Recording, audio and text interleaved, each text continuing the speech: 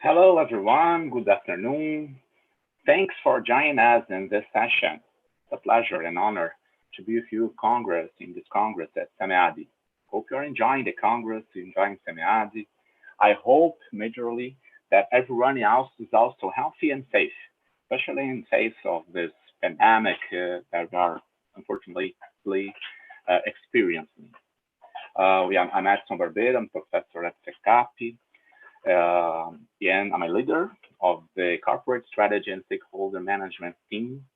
And this Congress, it's a great honor for me to open and moderate this keynote speaker session with Professor Jonathan Bundy. The theme that Jonathan Bundy will discuss with us today is very important for all of us, for sure, whether for the academic matters, whether for the practitioner point of view. We'll debate the topic stakeholders and organization relationship, the fit between organizations and stakeholders. This topic, as you know, is pretty much related to the stakeholder theory. The stakeholder theory conceptualizes the firm as a nexus of relationships in order to create value, creation of value through relationships, companies, suppliers, customers, employees, community, working together, sometimes cooperatively, sometimes competitively. So, Professor, you make a presentation in about 45 to 50 minutes. You have all time of 90 minutes. So, after the presentation of Professor Bundy, you have the Q&A session. And you can write questions, even in Portuguese, both in Portuguese and English. We're going to say these questions to Professor Bundy. I'm going to introduce Professor Bundy for you guys. Bundy is Associate Professor at WP Carey School of Business at Arizona State University. He received his bachelor and master degree from the University of New Mexico and his doctorate in strategic management and organizational theory from the University of Georgia. Professor Bundy research is pretty much related to the things he's going to talk with us today. Related to the behavioral approach to strategic management, he focuses notably on the social and cognitive forces, the cognitive aspects that shape organizational outcomes and behavior. It's a pretty interesting approach for me because it's considered a company not only as an institutional, formal institution, but also as a social organization with faces, names, human beings. I had the pleasure to read some of his papers and to be prepared to this presentation. I'm pretty much interested in this topic. His work have appeared in field leading journals like Academy of Management Annals, Academy of Management Review, Administrative Science Quarterly, etc., including the Strategic Management Journal. So I'm going to be the moderator of the session. Professor Bundy is going to talk with likely 45, 50 minutes. So Professor Bundy, the virtual applause is yours. Thank you very much for collaborating with us in Brazil, and more particularly at SEMEAD. Thank you very much again. All right, thank you, Edson, so much, and I'm very happy to be here. It's an honor to be able to present to everyone and share some of my research and some of my ideas. And I really appreciate the opportunity. Obviously, the circumstances aren't perfect, but we do what we can during this strange time, and it's nice to be able to share nonetheless. And so I'm really happy to be here. I'm going to share my screen in just a second, but I do encourage any questions that anyone has at any point in time. Please interrupt. Please let me know what you think, and just really looking forward to having a nice discussion this afternoon. I'm going to do my presentation a little bit differently in the sense that I'll present some research, but I'm also going to open with more of an anecdotal story of where some of my ideas came from and how they were generated from my professional experience before I entered into academia. And so just to give everyone a little bit of a background in terms of why I think the way I do about stakeholders and stakeholder relationships. So let me get my screen going. Hopefully this will work out just fine. All right, you should be able to see slide deck. Yeah, okay. So again, my name is Jonathan Bundy. I'm at Arizona State University in Phoenix, Arizona. And again, very happy to be here. The topic I'll be addressing today is titled Understanding Stakeholder Relationships in Business. I'll focus on two of my papers in particular, one in which I discuss the topic of issue salience, how stakeholder issues are received and prioritized by managers. And I'll also talk about a related idea that I have that I call stakeholder fit, and that's how stakeholders and organizations envision their relationship. So as Professor Edson said, my research takes a behavioral approach to strategic management. I very much think of it as social and psychological forces that that integrate and work with organizations and stakeholders. I apply that lens to a number of different topic areas: reputation.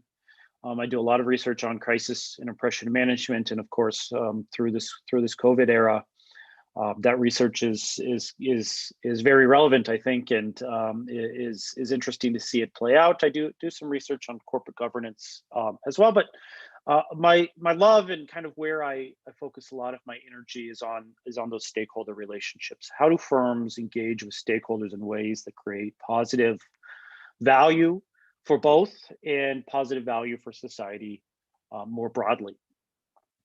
And so, as I said, one way I want to introduce my ideas around stakeholder theory and stakeholder management in particular is actually is a story.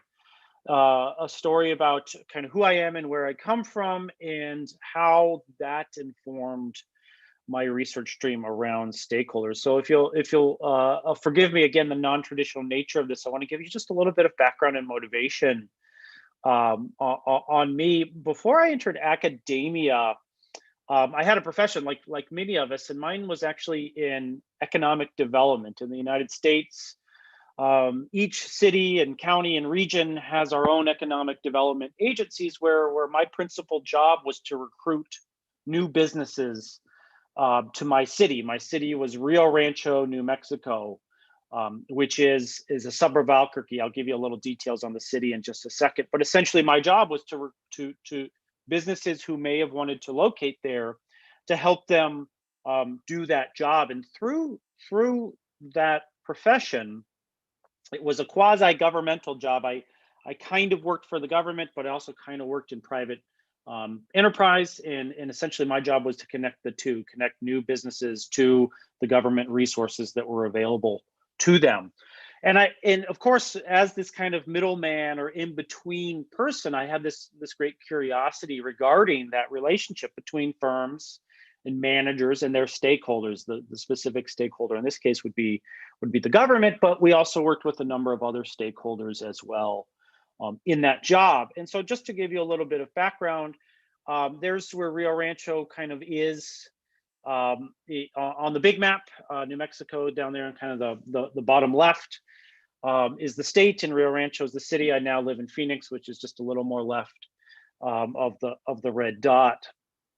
As I noted, it is a suburb of Albuquerque, New Mexico, which is the biggest city in the state. It's a relatively new and young city, incorporated only in 1981. It's also relatively small, about 100,000 residents. So my job was essentially to help these 100,000 people maintain gainful employment. That's actually the fourth largest city in the state, and it was one of the fastest growing. So it's kind of one of those new areas that have high growth. Median income was decidedly middle class in the United States, very much a blue collar city. You didn't have any mansions in this city. You also didn't have any extremely poor areas either, but relatively middle class. And it was considered a nice place to live throughout the United States. Just like many of the suburbs of our big city, just kind of a quiet area. So again, there's where it looks like on the big map. Here's a closer up picture of Rio Rancho, just north and west of again Albuquerque, which is the bigger city in the state. And then here's a visual of the satellite. And when I was working in this city, you may see it on the satellite right there in the middle, just below the Rio Rancho language, is a big imprint, a very big building, a very big factory, and was essentially the entire economic engine of the city. The city essentially was built around this particular entity, and that was a big Intel factory. It actually still exists down there. At the time, I was doing this, 15, 20 years ago. At the time, Intel employed around 3,000 or 4,000. And remember, the population of the town was only about 93,000. So it was a very significant entity of everyday life in Rio Rancho. And very involved, a very big footprint. There was the first building you saw when you drove into town. And so this entity, Intel, was very important to all of us as stakeholders of this company. And so while I was there, Intel announced that there's a picture of what the factory looks like on ground. They announced that they were going to add a bunch of jobs to Rio Rancho. And this is the initial announcement. They were going to add 300 jobs. I think it ended up being close to 1,000, maybe 700 or 800 that they added. So essentially adding a quarter to the existing size. And they built a whole new factory just to the south of where that picture shows. And so my job as the economic development agent of the city was to help Intel feel comfortable doing this expansion, building this new building, and adding these jobs that were going to be very helpful to the economy. And when in the United States, when you think about economic development, typically it's tax breaks. So what I facilitated was conversations between Intel and the local and state governments to facilitate different tax breaks. So essentially, we forgave them property taxes on the new property that they were going to build. We gave them what are called industrial revenue bonds. These are typically 0% interest loans that they would have 30 or 40 years to pay back, so long-term, low-interest loans. We also gave them significant training support. All the new people that they would hire, the city and the state government would pay for effectively the first 2 weeks of training pay. And so significant kind of direct contribution to the training, what we would call the works. This is kind of everything that we can give them as a government to encourage them to make this strategic decision. And as part of that, it had widespread support from the many different stakeholders that surrounded Intel in this community. The two major media organizations, the newspapers, the Albuquerque Journal, the Observer, these both issued editorials that supported the expansion and the government tax breaks that went towards the expansion. Of course, this was Jim Owens. He was the mayor of the city at the time. He was very supportive. This is Bill Richardson. He was the governor of the state at the time, also issued his support. He actually came down to do the ribbon cutting when it was all finalized. And then this is a picture of me. I was the young, freshly minted MBA manager of the Economic Development Agency. And so I also kind of put a lot of energy and effort into this deal. And so essentially everyone around Intel with any power, with any degree of authority, with any degree of legitimacy was supporting this expansion. And this is where it gets really interesting. There was one group that did not support what Intel was doing. And they were called the Corrales Residents for Clean Air and Water. And this is a picture of them, and I cannot stress enough that this is the entirety of this organized group. It literally consisted of 3 people who were protesting outside of the factory. Here is a picture. I was at this protest, and there were no others. It's these 3. They have a small web page. They had a small little organization that didn't support Intel's presence in the community. And Corrales is, here's the picture again. You can see Rio Rancho's borders in the center, the Intel factory right there in the center, and then all downwind and downhill from the Intel factory to the Rio Grande River is Corrales, which is just another small town in the area. And these three people who were organized believed that the Intel factory was polluting the air and water in their community.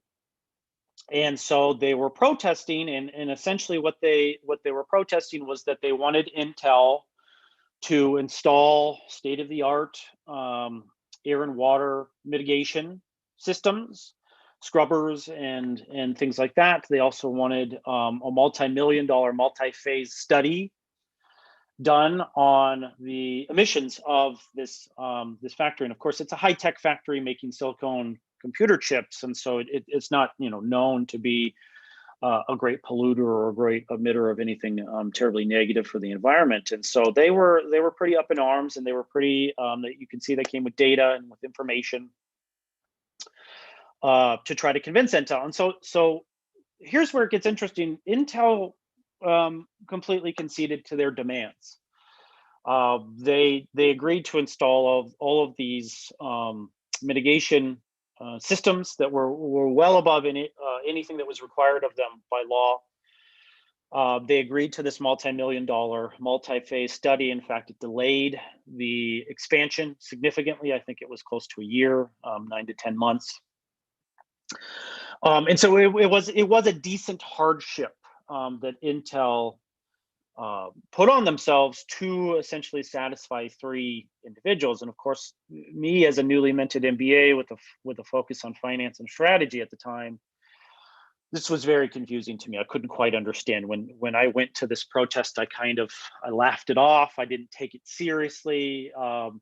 In the literature, you might call them mosquitoes. They weren't very serious. They don't have any power. They had very little legitimacy because others had argued that there wasn't any contaminants to the air and water.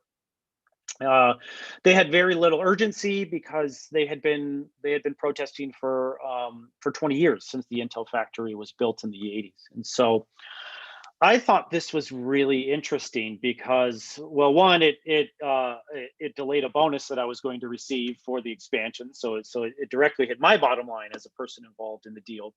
But I also just found it very interesting that a stakeholder, this group, who didn't seem to warrant a lot of attention, actually ended up getting a lot of attention from Intel during this process. And so as I entered into my PhD studies into academia soon after this event occurred, it was something that was on my mind for a long time. It was something that I kept thinking about. Well, why would Intel concede to the demands and work with? They actually brought these people in to multiple meetings at the factory, at the plant, and kind of involve them in that process of expansion. Why would Intel do this?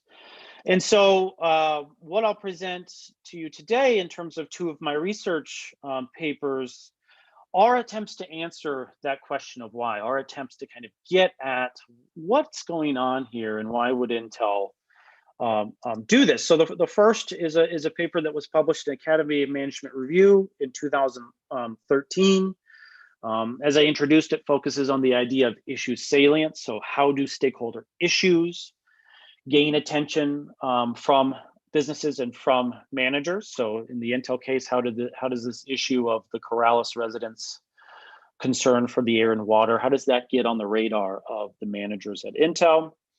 And the second paper is a closely related paper. We build off of the same principles to consider more broadly, beyond the issue, the actual relationship between the stakeholder and the firm. And this was published in Strategic Management Journal in 2018. And we talk about the fit between the organization and the stakeholder. So I'll take you through the logic of both. These are both theoretical papers. I'm working right now on some empirical extensions of them, but I have a lot of research ideas that I certainly won't be able to get to, and so I want to share with you on questions that we might ask based on the principles of the theories that I'll present to you today. And again, if you have any questions or any ideas come to you, I really would encourage you to share them with the group. So let's jump into it. The first idea that came from this Intel experience is what I would call issue salience, explaining responsiveness to stakeholder man. So this is very much a theory that is focused on what I call the ask. What are the stakeholders asking for? And when I wrote this paper in 2010 or so, before it got published in 2013, a lot of the literature on stakeholder theory was very much focused on the stakeholder, who they were, right? What is their power? What is their urgency? What is their legitimacy? Things like that. And as I said, with the Intel case, the stakeholder involved didn't have any particular characteristics that of note that gave it any sense of power, urgency, or legitimacy, or whatever else.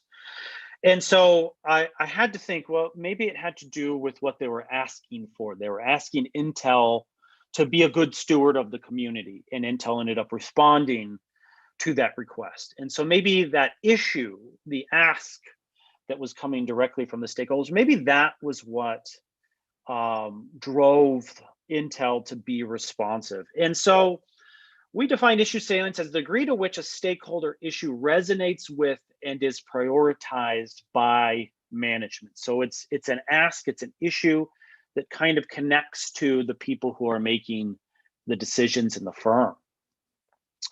This is very much a cognitive perspective. So we're trying to get into the minds of the managers and try to understand kind of where are they coming from as they make strategic decisions, as Intel makes the decision to expand their factory.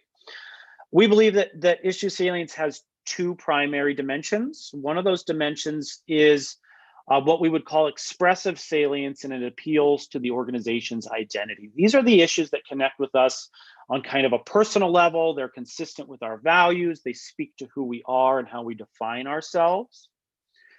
We also think there's instrumental salience. These are the issues that appeal to our goals. What we say connecting to organizational strategy. We definitely think that there is a connection between identity and strategy, but we also think there's evidence to suggest that those can be thought of as two separate dimensions. Sometimes our goals don't perfectly align with our identities or our values, and vice versa. Sometimes our values aren't consistent with our goals and the things that we seek to achieve. I teach at Arizona State. I teach an ethics class to our MBA students, and I think the whole essence of an ethical problem is that conflict between who you are, your values, and the goals that you seek to achieve. And so that we were trying to get at that here with these two dimensions of issue salience.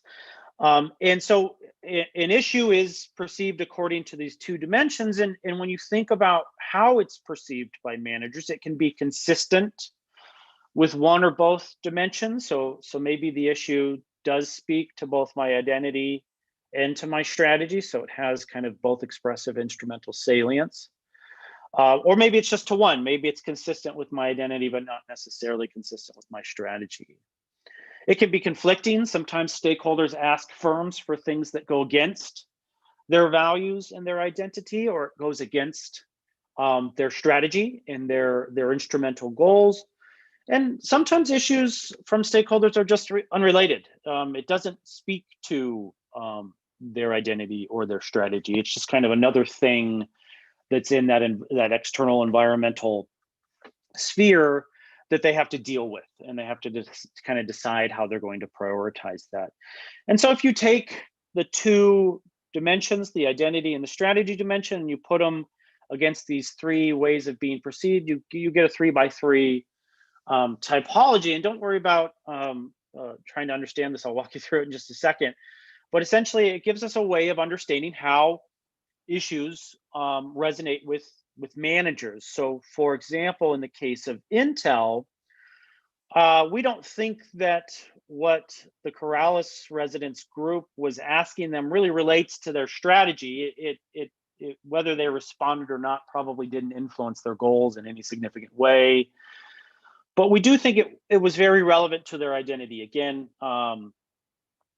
when you think of Intel, they like to think of themselves as stewards of the community. And so when someone came to them and said, hey, we want to make sure that you're treating our community and our environment well, that resonated with Intel. And so according to our logic here, that would give this issue some moderate salience. again, if you look to the top, it's unrelated to their strategic frame. But if you look to the left, it's consistent with how they define themselves in terms of their organization identity. So this is what we would call an expressive salient issue. It's something that connects with who they are, which might motivate some action. And so getting back to my experiences with Intel, their motto at the time of building a better world is our business. And so you can see how concerns with their impact on the environment might resonate quite well with that motto of theirs. And I can tell you, working with Intel on a daily basis, they sponsor just about every event in the community. Any barbecues, any holidays or festivals, any parades, anything like that. Always Intel would donate money and time and resources towards those community events. So they're very connected with the community. In fact, the local manager of the factory was also their #1 public relations person in the community. I got to know him very well.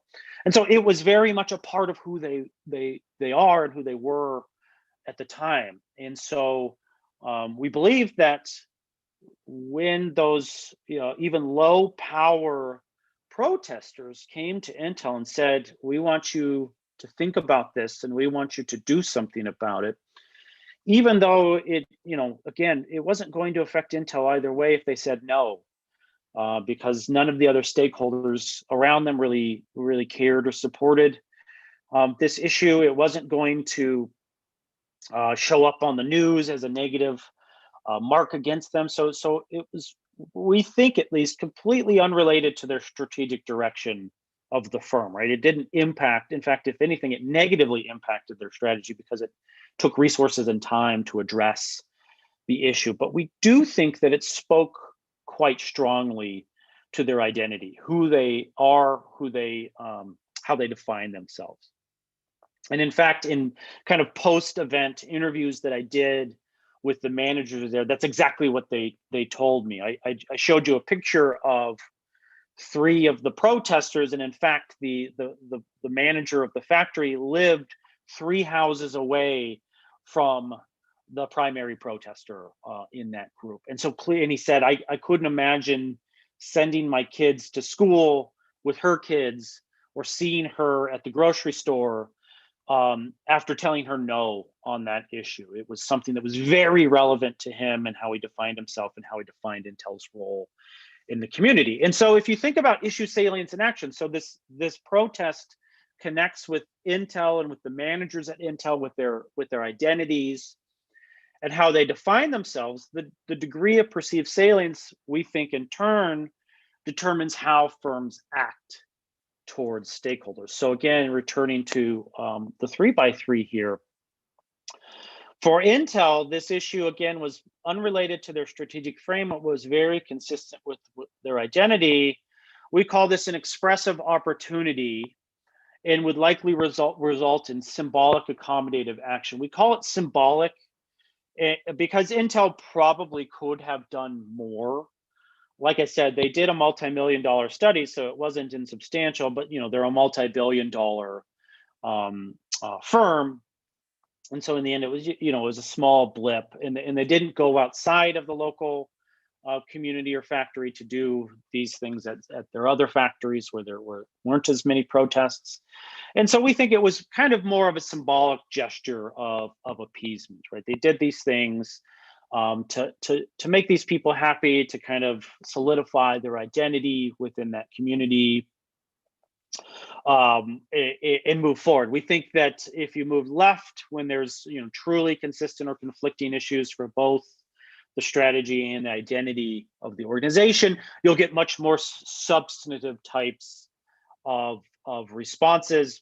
If you move down and it's kind of unrelated to the strategy or the identity of the organization, you won't get any response. So kind of directly connecting the nature of the issue and the ask that's coming from the stakeholders to the type of response that you get from the firm. So directly connecting it to strategic action.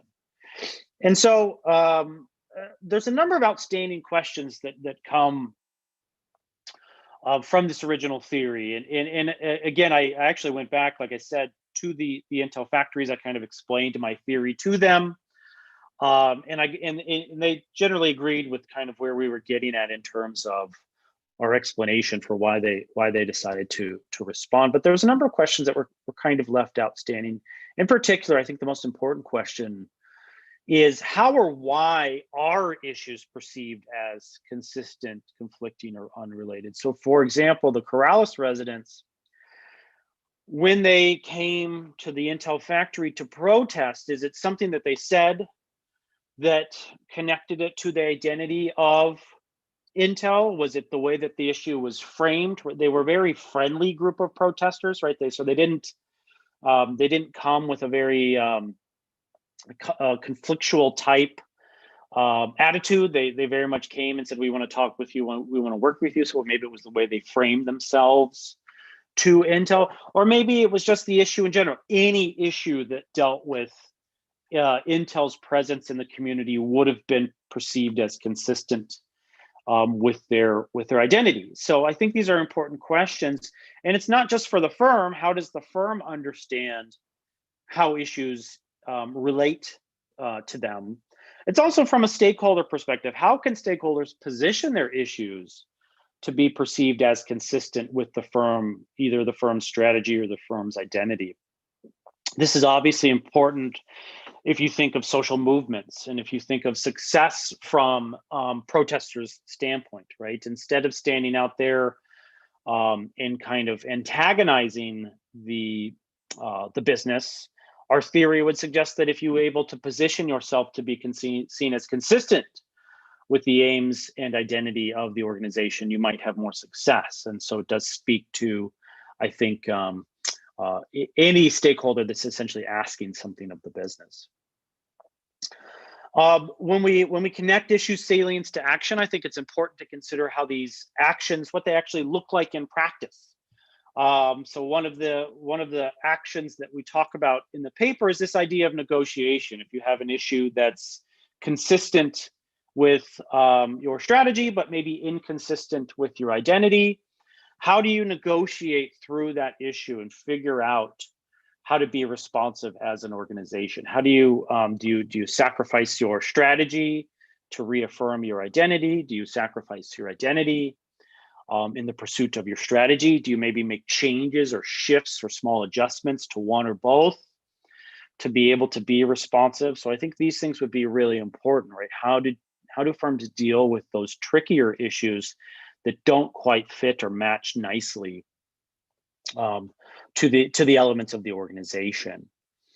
And then finally, with a focus on just the issue, with just the ask that is coming from the stakeholder, this theory doesn't really explain long-term cooperation or conflict between the stakeholder in the firm. So in the case of Intel, I was really just looking at one particular instance of their relationship with protesters in the community. How does that explain 30, 40 years of relationships with different groups in the community? And so that was the question that we found, or at least I found, most relevant and exciting after writing this first paper. And so it's the question I pursued with the second paper, wanting to get at, all right, we understand firms' responsiveness to issues. Now, the next thing to understand is relationships, not just kind of one-off, but actually repeated exchange and kind of that dynamic element of stakeholder relationships.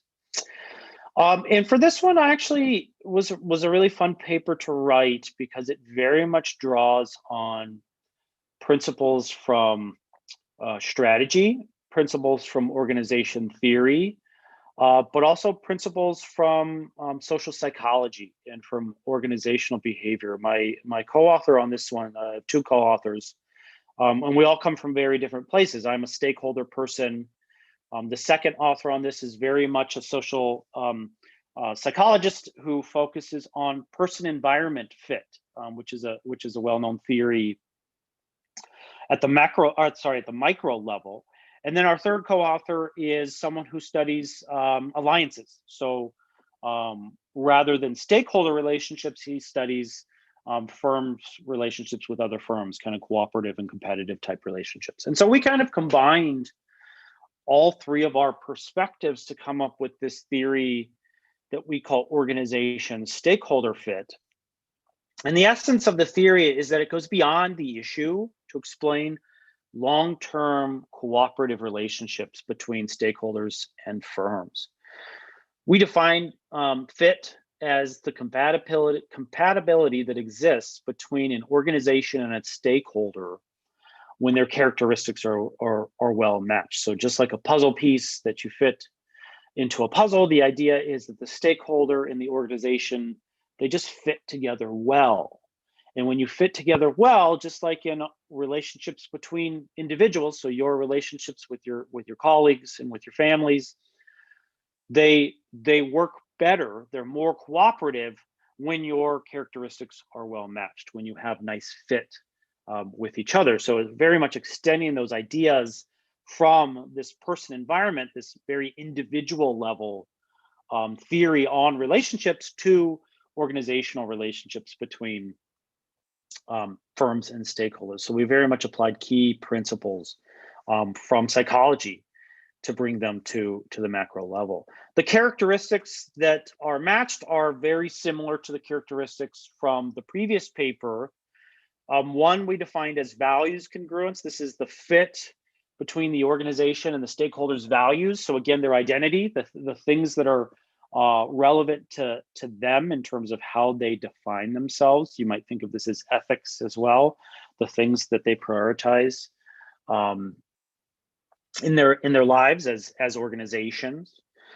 We believe this is associated with an intrinsic motivation to cooperate. When we have similar values to other people at the individual level, that tends to lead us towards cooperation with us. I don't know if you've paid any attention, but you may have noticed that the United States had a very big election a few weeks ago, and you'll see that the political parties in the United States are intrinsically motivated to work inside with each other, the Democrats with the Democrats or the Republicans with the Republicans, because they share similar values. And you would see that really with any political party across the world. You form a party with that express goal to work together, to cooperate with each other in the pursuit of certain values, whatever those values might be. And just like with our theory on issue salience, our theory on fit, we have a values dimension, but we also have a strategic dimension. Again, based on that belief that while these things are often related to you, your values determine your strategy or your strategy determines your values, I do think that you can think of them as orthogonal, as distinct entities in the minds of us as individuals, and then of course, in the collective minds and cognition of the organization.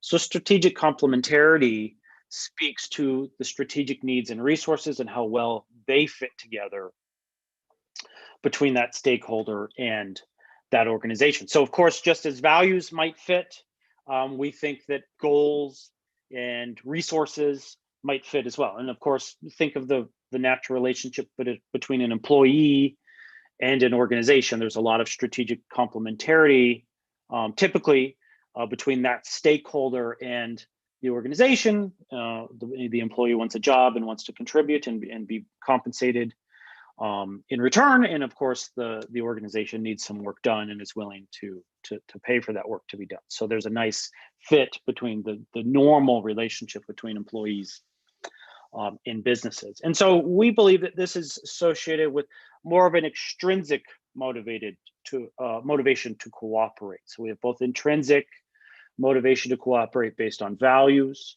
and we have more extrinsic motivation to cooperate based on needs and resources and goals and things like that. And so when you think about why fit works, so the essential argument of the paper is that when organizations and stakeholders fit well on both of these dimensions, that they will have long-term cooperative types of relationships. And when you dive into particularly that micro literature, that psychological based literature on particularly values congruence, when our when our values are well matched, you get a lot of positive things in the relationship. We kind of distilled 4 outcomes in particular that are relatively important towards long-term cooperation. This idea of trust, and we call this character-based trust, right? When we share values, we are better able to trust each other's character, and that means we are better able to engage in long-term relationships. Values congruence comes with a degree of what we call relational predictability. If I understand the things that you prioritize in your life, I am then able to predict to a certain degree how you will behave in your life with certain under certain situations and circumstances. So it comes with a degree of predictability simply because we have values that are similar to each other. Of course, values congruence comes with mutual liking and affinity. A lot of research at the micro level that tells us we just like people who value and prioritize things that we value and prioritize. Again, thinking back to political parties, there's a lot of research, particularly recently, that shows Democrats tend to like other Democrats in the United States because they share similar values, just like Republicans like to like other Republicans more than they like others, right? So this idea that we just have an attraction towards those who share our values. And then similar values also helps us to communicate. We are better able to talk to one another when we have certain priorities that are similar in terms of values. And so it facilitates communication. One of the things that always fascinates me in thinking about the stakeholder literature is how difficult communication can be between stakeholders and firms. Oftentimes when we see conflict, it's because of a communication breakdown. The firm doesn't understand what the stakeholder wants, or vice versa. The stakeholder doesn't understand what the firm wants. So when you share values, that communication is facilitated because, in essence, you're speaking the same language because you're drawing on the same foundations. There's also a lot of positive outcomes that come from strategic complementarity when your goals are aligned, kind of holding values constant. When you simply are seeking to achieve similar things, there's also a lot of positive relational factors. And when we were building this theory, we recognized that they actually mirror those relational factors that come from values congruence. They just apply to your instrumental, your strategic goals. So for example, while values congruence may give you character-based trust, strategic complementarity gives you competence-based trust. If we have similar goals and similar strategic needs, we can trust that each other is going to achieve or at least seek to achieve those goals and those strategies. And that gives us a degree of trust as we work together. It gives us a degree of environmental predictability. We know what you're going to do in the environment around you because we understand your goals. We understand your strategic needs and the resources that you seek to achieve or protect. Of course, primarily, strategic complementarity leads to exchange and reciprocity. Again, thinking back to that employee-stakeholder relationship with the firm, we know that if their goals are aligned, there will be material exchange and reciprocity. We will work, employees will work for the organization will pay them for that work, and you'll have kind of mutual exchange. And then if our goals and our strategies align really well, it also facilitates instrumental communication. We are better able to talk to one another in the pursuit of those goals and strategies because we understand them, right?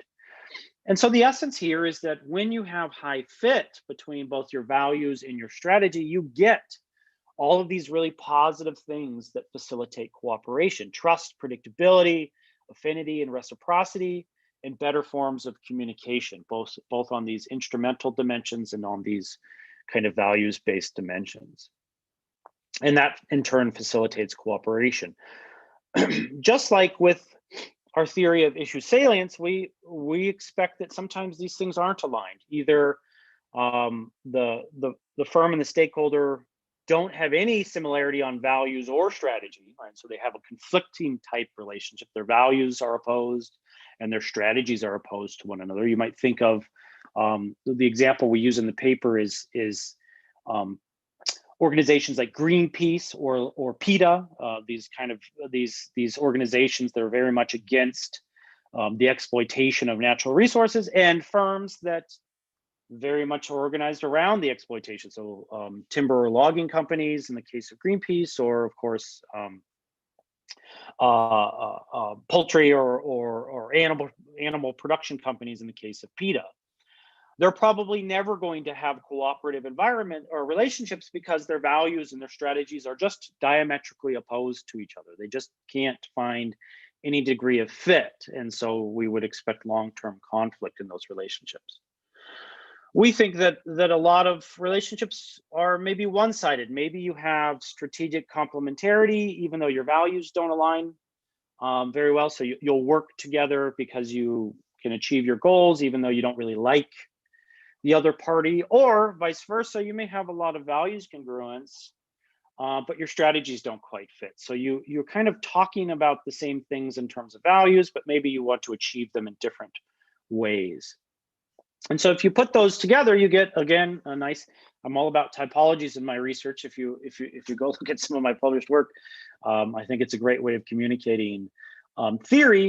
You get a 2x2 where you have fit along the dimensions and misfit along the dimensions. On the upper right, you see cooperative behavior. That's when you have fit on both dimensions. On the bottom left, you have combative type behaviors where you have misfit on both dimensions, and so you're only going to get conflict. That's the PETAs of the world against the poultry farms. I think much more interesting are the other two diagonals. The upper left, what we call resource compromising behaviors. That's where you have fit on values, but maybe misfit on your strategies. And returning back to my Intel example, this is where we think Intel fits with their relationship with that Corrales residents protest group. They have misfits in terms of their strategies. The Corrales residents, when I spoke with them, their goal was actually to have Intel completely shut down and move. They didn't want Intel in the community at all, regardless of the jobs and the economic benefits of Intel. Of course, Intel wanted to stay in the community because they had other very valuable assets there. So their strategy was just fundamentally misfit. But we do think that they had a lot of fit in terms of their values. The Corrales residents protest group was asking for Intel, if they weren't going to leave, to be better stewards of the community. And Intel wanted to be a better steward of the community. They prioritized the community in their identity. And so we argue that in a long term, so not just focused on the one issue, but kind of in the long term, what it results is resource compromising types of behaviors. So Intel's decision to do the multi-million-dollar study and to install the pollution abatement devices, that was all resource compromising. They had to pay money, they had to spend resources, allocate resources to ensure that they had some degree of fit with their members of their community. And in turn, the protest group also had to sacrifice some resources, right? It had to spend time, energy, and effort to get Intel to do these things. And so that wasn't, it was an insignificant effort on their part. Part of our theory here argues that if you get resource compromising behavior over time, if in repeated exchanges, if this happens over and over, that you might actually move towards more cooperative types behaviors. Maybe your strategies, because your values fit, maybe your strategies adjust over time through compromise, through talking to one another, through that communication that's facilitated by values. Maybe eventually you get to more long-term cooperative behavior. And in fact, I just checked in, not recently, but a couple years ago, and the Corrales protest group has essentially disbanded. They've decided, we're happy with what Intel's been doing. They've done these studies and kind of shown that they're not damaging us in significant ways. Intel, of course, when they do new expansions, particularly in that community, they build into those expansion plans environmental abatement. And so it's already just part of who they are and how they're thinking strategically about that relationship. And so maybe over time you get more cooperative type behaviors. The really interesting one, which we didn't get to in the paper, an example is the bottom right, where you have values compromising behavior. This is where, in the pursuit of shared strategy, one or both parties sacrifices some of their values. And this, from an ethics professor standpoint, I think is really the interesting dimension. How do firms decide which values to sacrifice? How do stakeholders decide which values to sacrifice as they seek those strategic goals? And again, kind of thinking towards all the the negatives that might come from the business stakeholder relationship. Values compromising behavior is one of those really interesting ones that I'd love to study in the future. So when you think of the outstanding questions associated with this fit idea, this organization stakeholder fit idea, one of the really important ones is just like with issue salience, what are the antecedents of fit? How is it recognized and where does it come from? Do organizations and stakeholders understand that they're well-fitting? Do they know explicitly that their values and their strategies are working together? Do they think about them as separate dimensions, or do they think about them maybe as a whole, as one thing? And where does it come from? How can organizations structure themselves to fit with their stakeholders better? Or vice versa, how can stakeholders structure themselves and work with the organization to get towards better fit, with the idea that increased fit comes with increasing compromise? I think a really interesting question stemming from this idea, again, gets back to social movements. It comes from the genesis of the paper in the sense that it came from a protest at Intel. How can perceptions of fit be manipulated by firms and stakeholders, right? So not just in the way that they react, but maybe in the way they speak, in terms of expression management or symbolic communication, things like that. Can the firm, and think of things like greenwashing, or maybe firm statements that they care about the community when their actions don't quite match those statements? Can the firm manipulate their relationships to make it seem like there's more fit than there really is? Or vice versa, maybe stakeholders can manipulate the relationship to make it seem like there's more fit than there really is. So kind of what are some of the dynamics of exchange here, both positive dynamics and maybe some of those negative things that firms and stakeholders might do? I showed you that table where I identified relational factors, 4 factors for the expressive, the values congruency, and 4 factors for the strategic complementarity. But maybe some of those factors are more important than others. We talked about trust, we talked about predictability, communication, we talked about affinity and reciprocity. Maybe one or more of these are more important for relationships.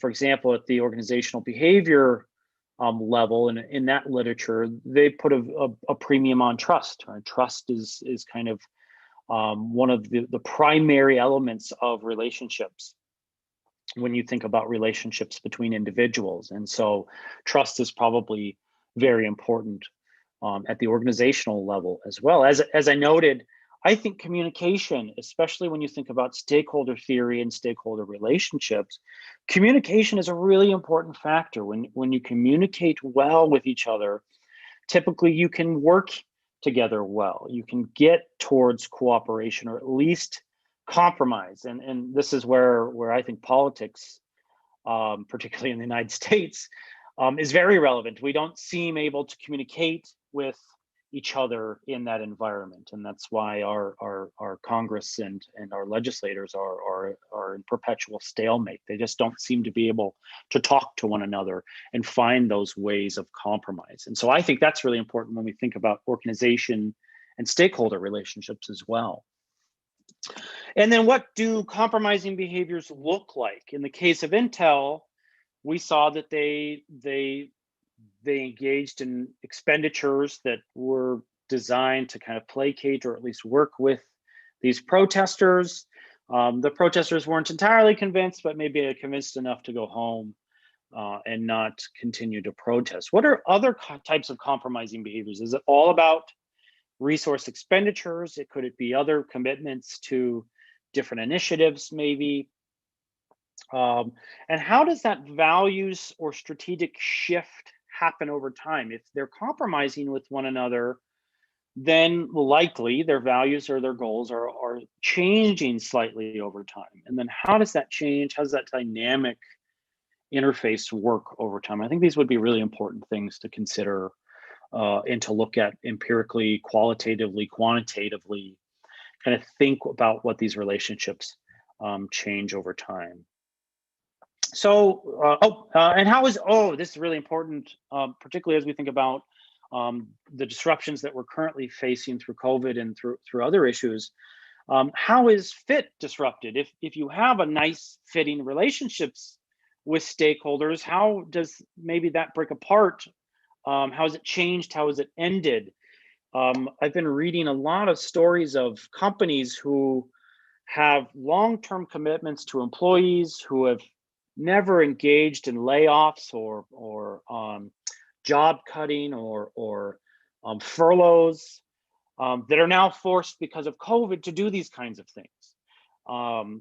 And so what does that do to that if you've got a long-term, very positive, cooperative relationship with employees, and all of a sudden, because of these mega changes in the environment, that relationship has to change if the firm is going to survive.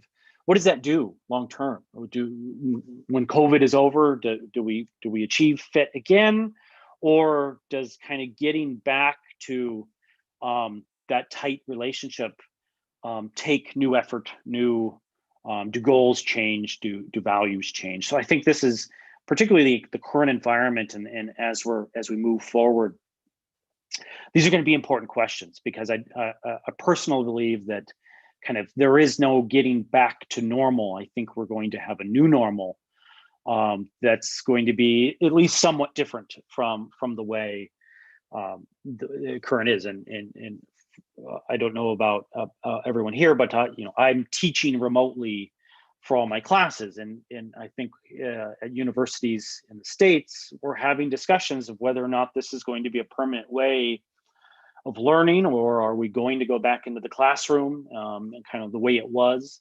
or, and this is probably, at least my personal opinion, more hybrid types of designs where we incorporate more of these virtual type connections with in-class connections. And so anyway, these are the things that I think this organization stakeholder fit theory, I think it applies to a post-COVID life. How are we going to get back to relationships with strong fit if they were disrupted? So that's all I have for you today. In summary, if I can summarize all these ideas into a couple of takeaways, I believe that organization stakeholder relationships are about the interaction of values and strategy. I do think that these things can be conceptualized as orthogonal, as separate. That's not to say that they're not related. Certainly values have a relationship to strategy, and vice versa. Strategy in your goals have a relationship to values, but I do think we can think of them as separate dimensions when we think about relationships that stakeholders and organizations have. I think it's important to separate the issues from the entities, the individuals, or the organizations. When you're looking at one-time relationships, I think factors and characteristics of the issue take priority, whereas the factors of the relationship maybe take a secondary role. But vice versa, if you're looking at kind of long-term dynamic questions of the relationship, you have to put those characteristics first, the long-term goals and values of the organization, and put the issues, what they're asking for, second. As I explain this to my students, I always think of it as when you have a long-term relationship with a spouse or a significant other, it certainly informs how you respond to certain issues, but that doesn't mean you're going to say yes to everything. All right. Each issue has its own characteristics that may lead to saying yes or to saying no. And so the characteristics of the issue are really important when deciding the response to the issue. But of course, you can't forget those characteristics of the relationship with your spouse or significant other. You're very likely to say, more inclined to say yes, or if you say no, you say it gently or in ways that maintain that relationship. And I think those principles apply to the organization as well.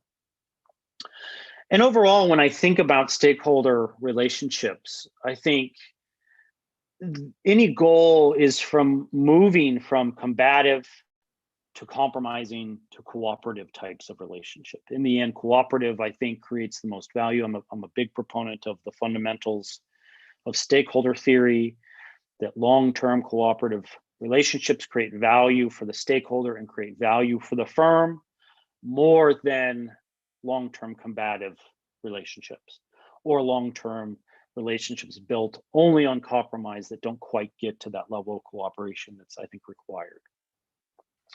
And so this is where these two, I have a third paper that's coming out in Academy of Management Review soon. It's in press and available on the website now, with Don Lang, who is a colleague of mine here at Arizona State, as well as Unyoung Park, who's also a colleague here, where we take some of these very similar issues based on values and based on strategy and apply it to the social context of stakeholder relationships. So everything I've presented to you today is about the dyadic relationship between the firm and a stakeholder. And this new theory that's coming out considers the entire stakeholder environment, the network of stakeholders that exist around the firm, and how that might kind of influence some of these dynamics. Like I said, I do hope that you found this valuable, that research ideas might come from some of these ideas that I've presented to you today. And at this point, I'm very happy to engage in a discussion and answer any questions that might come up, and we'll go from there. Professor Bundy, thank you very much for your presentation. For sure, you all found like very valuable your contributions, your ideas in this presentation and also in your papers. I would like to praise particularly this aspect of starting your presentation by saying something real, like a story, like a narrative. People like models, theories, and numbers, but human beings really engage into stories. So for me, when I hear you saying that it started on my personal experience in the case of Intel, for me it's fantastic and particularly motivating studying this theory. And so again, thank you and congratulations. I'm glad you liked it. I'm a big proponent of what I call contextualized theorizing. The idea, if particularly if one of the big conversations we're having at ASU right now is this idea of relevance. Are we as business scholars and academics really relevant to the business practitioners out there? And of course, I think we are, but I think we need to be able to speak their language, and I like to try to do that at least through storytelling. In the case here of connecting my own experiences in the business world. I noticed, by the way, that you mentioned examples in your scientific papers, which is not common, but I loved when I read it. Yeah, I think examples are very important, because I like to, when I train doc students, I like to tell them I'm a simple thinker, meaning when you get into very complex theoretical constructs or very complex mathematical models, I tend to get lost. And when you provide examples, it helps to ground and contextualize my understanding. And I think that's true for everyone to a degree. Wonderful. So yeah, I also agree with you.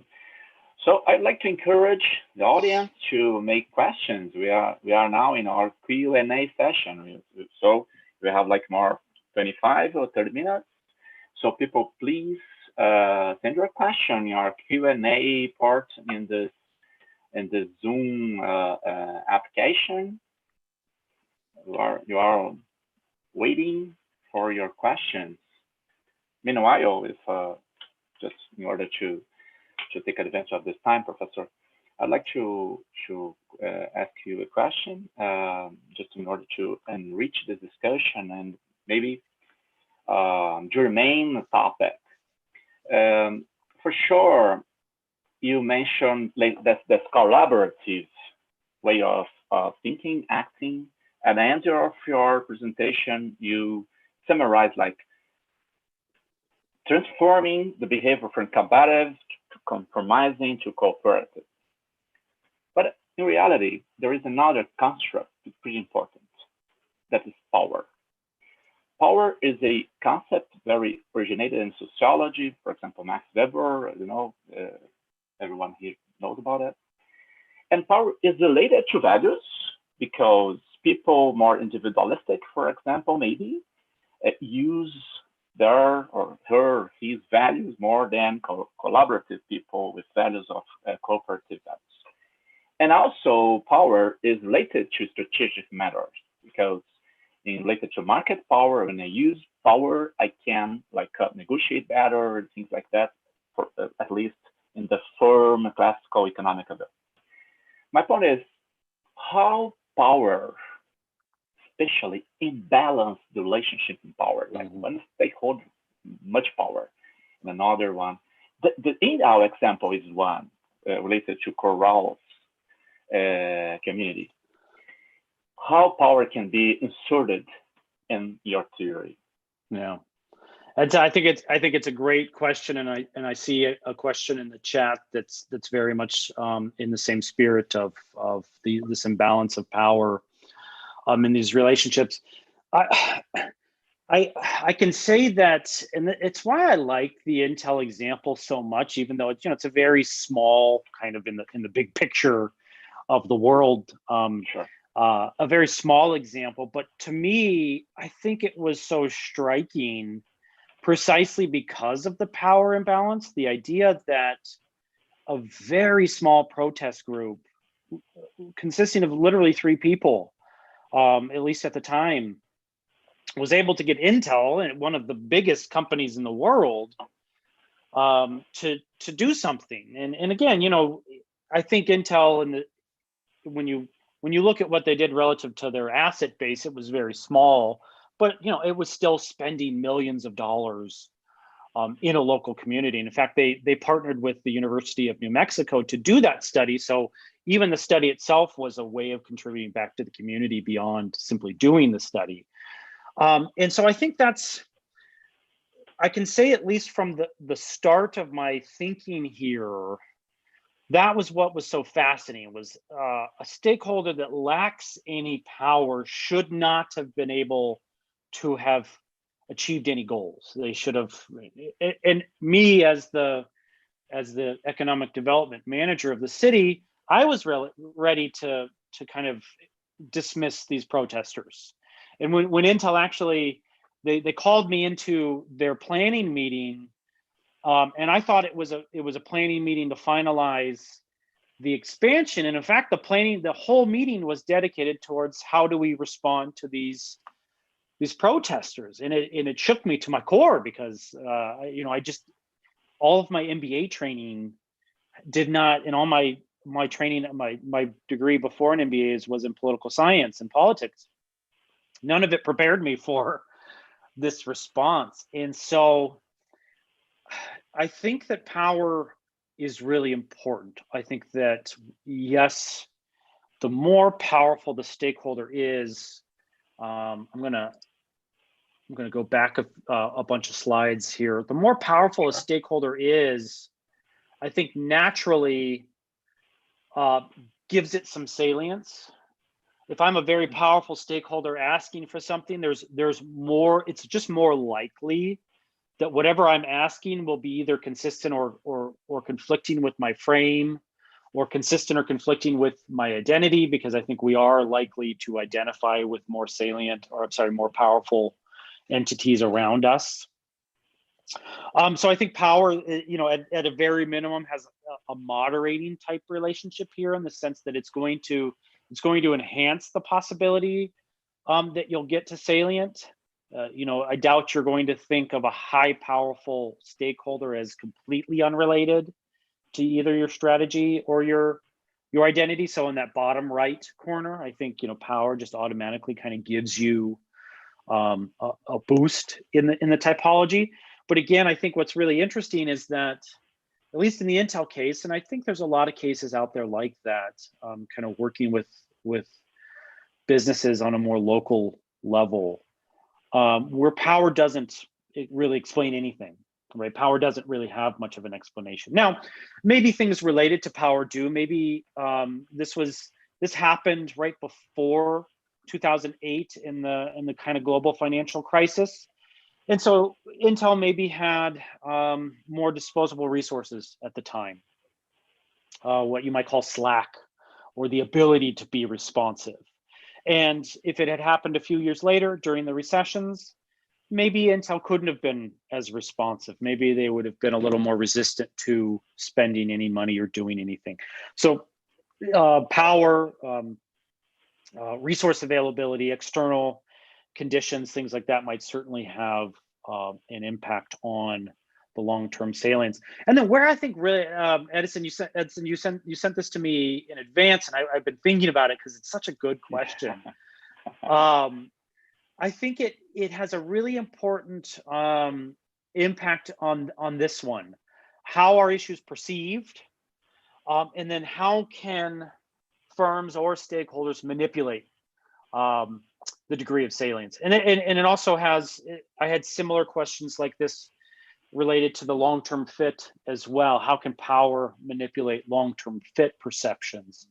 To me, I think if a stakeholder has power, they have the ability to manipulate or shift an organization's strategies and identities. And so they have in essence, they have a way of making fit or making salience that maybe low power stakeholders, that Corrales group didn't have, but yet was somehow able to do it anyway, right? So I think power is an important explanatory variable here, in a way. But again, and I hope the example helped, that I don't think power is the perfect predictor of it. I don't think it's certainly in the Intel case, power didn't have any role to play, I don't think, at least stakeholder power in that relationship.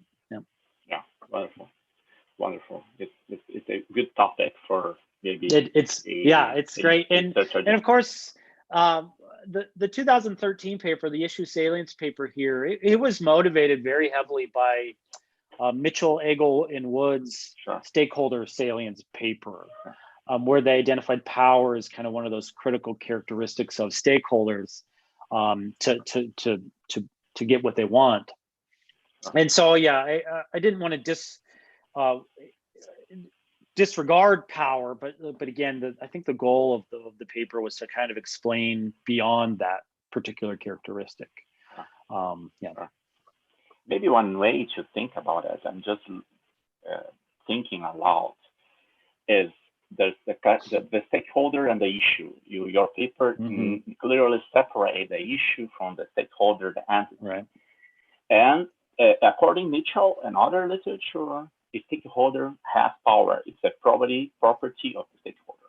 And here's action, the issue, the real action, the real ask, as you mentioned. Maybe value is actually the regulator between the power a stakeholder has and its action. In the case of Intel, Intel could do a very oppressive manner, like I don't care about Corrales and other communities, but my values regulate it in terms of the power I have and the action and the issue, real action, real behavior I took. So maybe can be a theoretical construction. I don't know. I agree completely, and I think it's important. And again, thinking, Corrales, you have a low power stakeholder who Intel said yes to, and then of course I'm sure we can all think of examples of firms saying no to very powerful stakeholders, right? And so it does speak to the interaction between the stakeholder and what they're asking for. And again, when I teach this to my MBA students, I just because I find it easy, I use individual relationships, particular marriage or significant other type relationships, to try to help contextualize this idea. And it's, your spouse certainly has power in your relationship, at least for most of us, right? But there are times when we say no to requests from our spouse or our children or whoever else. And so again, it's we have to think about who the stakeholder or person is, and then of course we have to think about what they're asking for, because those characteristics of the stakeholder don't always predict perfectly the yeses or the nos, right? And just like your spouse doesn't, just because of who they are, doesn't always predict you're going to say yes.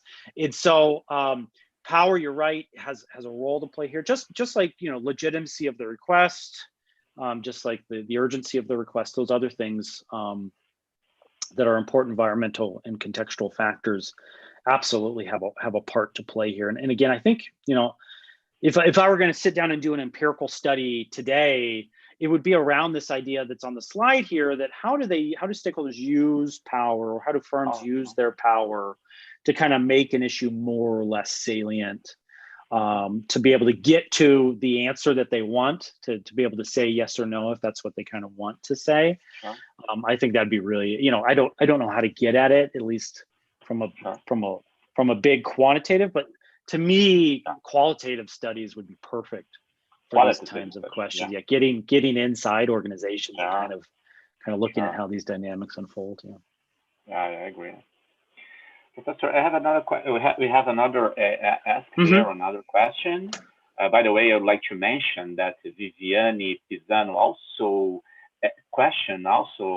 had a question about the power, very similar that the one I had. So the second question from Professor Fabrizio Stockler, one of our coordinator here at Salience, do you believe that stakeholder engagement can be a mechanism for creating joint value and a valid practice to improve the relationship with stakeholders? Do you have more examples of this interaction between stakeholder organizations? This themes of engagement is the theme of the PhD thesis or dissertation of Professor Fabrizio. So, Professor John Dundee. Like I said, I'm a big proponent of stakeholder theory and the stakeholder view of the firm. Like I said, I don't teach a strategy class, but I teach an ethics class. And one of the last sections of my ethics class, we talk about the debate between the shareholder primacy view of the firm, you know, Milton Friedman, and that view that the purpose of the firm is to create profit or value, and then kind of juxtapose that to the stakeholder view of the firm, the idea that kind of long-term cooperative relationships with multiple stakeholders creates value. And actually, one of my favorite things to do in that discussion with my students is to get them to realize that it's not really a debate. It's just getting at the idea of value from different angles. But I think when you take the theory out of it, the behaviors to getting at long-term value are the same, regardless of what the worldview is. And maybe this is a overly idealized view, and I get that. I tend to be optimistic about this here, but the idea that even if profit is your only goal, we know that to be a long-term profitable firm, you have to treat your stakeholders well. Otherwise they'll leave you, or they won't provide the value that's necessary to stay competitive. And same on the other side, from the stakeholder view, we know that if you treat your stakeholders well, that you might achieve superior value. I do think that comes with an important caveat. And I think Ed Freeman and some of those great stakeholder theorists recognize this, that it's not that all stakeholders deserve to be given all of their issues credit, and you have to respond kind of 100% equal to everyone. I do think that there are valid and moral reasons that you might have different responses to different stakeholders, and you might engage them in different ways. And so and I find that, and maybe you find this as well, that when my students think about stakeholder theory, they tend to think of it as, oh, treating everyone equally or the same.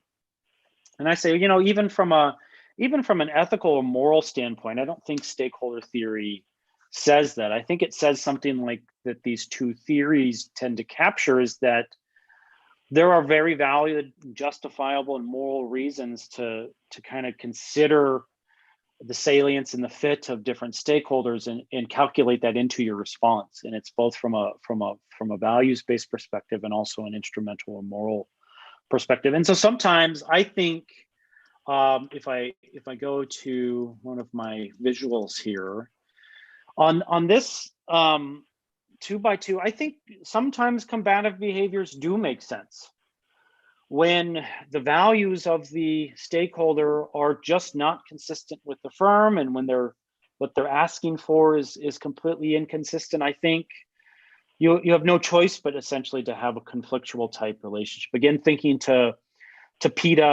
PETA's relationship with animal producers, right? I mean, there's perfectly valid ethical reasons that PETA exists that I won't deny.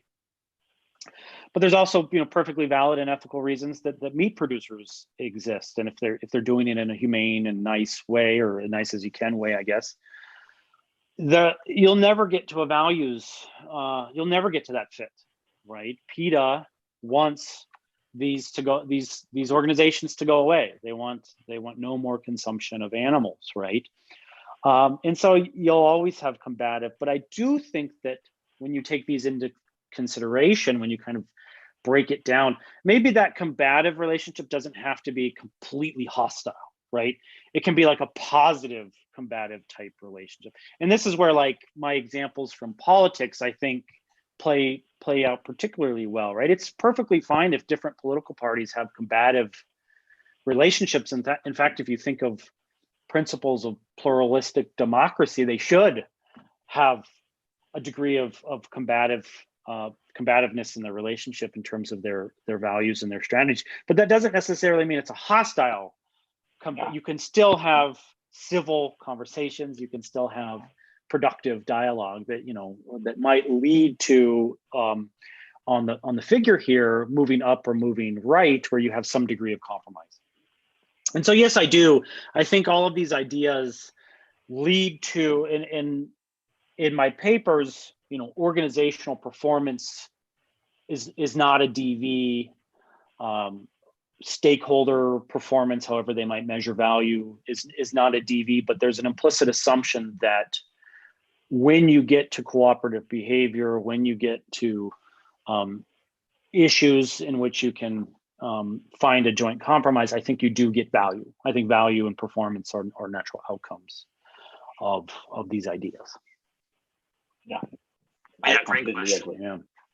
Yeah, I completely agree with you, in notably in this part of competitive behavior on when a value congruence doesn't exist. In Brazil, you mentioned what the politics in the United States. In Brazil, it's pretty much the same, maybe more intensively. Mm-hmm. Yeah, and maybe from this value theory and ethical theory can construct a discussion about how behavior in a normative way can be done, can exist, even though we don't agree with each other in terms of politics, ideology. For example, all those social media, Facebook, Instagram, etc. When someone writes a topic related some way to politics, many enemies appears like you don't agree with you, so you are my enemy. This is something that is intensifying our society. So you have to discuss about it. I think so. I think that inside a company, inside the organizational theory, we also have to discuss this topic because this is present also. Yeah, well, I agree. Yeah. We are almost finishing our session, Professor, but I have another question for Professor Juliano Pellegrino. So, do you think that new business models, which depend even more from stakeholders' interaction, for example, B2C, P2B, P2P, human mobility platforms, you demand more development and answers about alignment of stakeholders' values. So this new kind of business models. Yeah. Yeah, I do. The one I've been paying a lot of attention to is the B Corp movement in the United States. Chris Marquis out of Cornell does a lot of research on this idea. Essentially, where you formally and publicly define the purpose of the firm as being for creating stakeholder value, as opposed to any specific value of profit. And of course, I don't know how much headway news it got in Brazil, but the Business Roundtable, which is a collection of CEOs in the United States, got together and redefined the purpose of the firm to be more in terms of stakeholder alignment. And I think to the extent that that's true, would make them look more like a B Corp as opposed to kind of a traditional C Corp type of structure. And so I do, obviously when you're thinking about a B Corp, defining your values and your strategy become much more of an explicit process. So when I was building these theories, the thought was some of this might be more implicit. Maybe the firm doesn't quite know or understand its strategy or values, or maybe the stakeholder doesn't know or understand, or maybe if they understand their own, they don't know the others perfectly, right? There's a degree of information asymmetry here. And with B Corp and some of these other new structures, that's supposed to be made very explicit.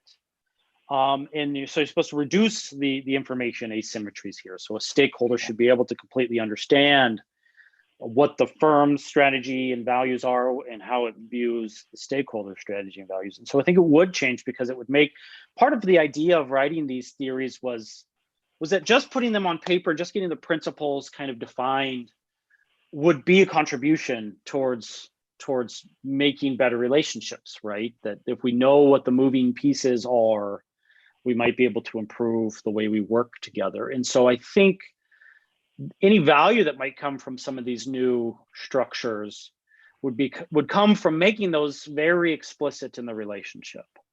And again, it kind of gets back to the idea of communication is central here. The more we can talk to each other, the easier relationships become.